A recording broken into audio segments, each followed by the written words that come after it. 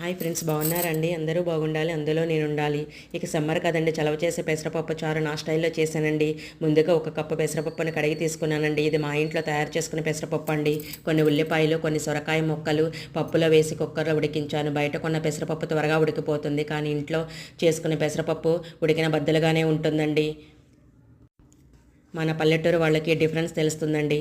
నేను పెసరపప్పును మిక్సీలో మెత్తగా మిక్సీ పట్టుకున్నాను. ఉడికిన ఉల్లిపాయలను, సొరకాయ ముక్కలను పక్కన పెట్టుకున్నాను. సరిపడ చింతపండు నానబెట్టాను. తర్వాత బెండకాయ ముక్కలు, కరివేపాకు, పచ్చిమిర్చి ముక్కలు, టమాటా ముక్కలు ఒక గిన్నెలో ఒక గ్లాసు వాటర్ పోసి సిమ్లో ఉడకబెట్టాను.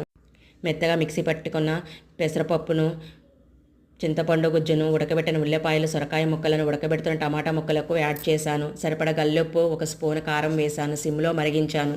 తర్వాత వేరొక బాండీలో ఆయిల్ తీసుకుని కొద్దిగా ఆవాలు, జీలకర్ర, కరివేపాకు, ఎండుమిర్చి, ఇంగువ వేసి తాలింపు పెట్టాను. లాస్ట్లో కొత్తిమీర యాడ్ చేసి సిమ్లో మరిగించి స్టవ్ ఆఫ్ చేశాను. చాలా టేస్టీగా ఉండి చలవ చేసే పెసరపప్పు చారు రెడీ అండి. మీరు ఇలా ట్రై చేశారా అండి? ప్లీజ్ చూస్తున్నారు కానీ సబ్స్క్రైబ్, లైక్ కూడా చేయండి. Thank you.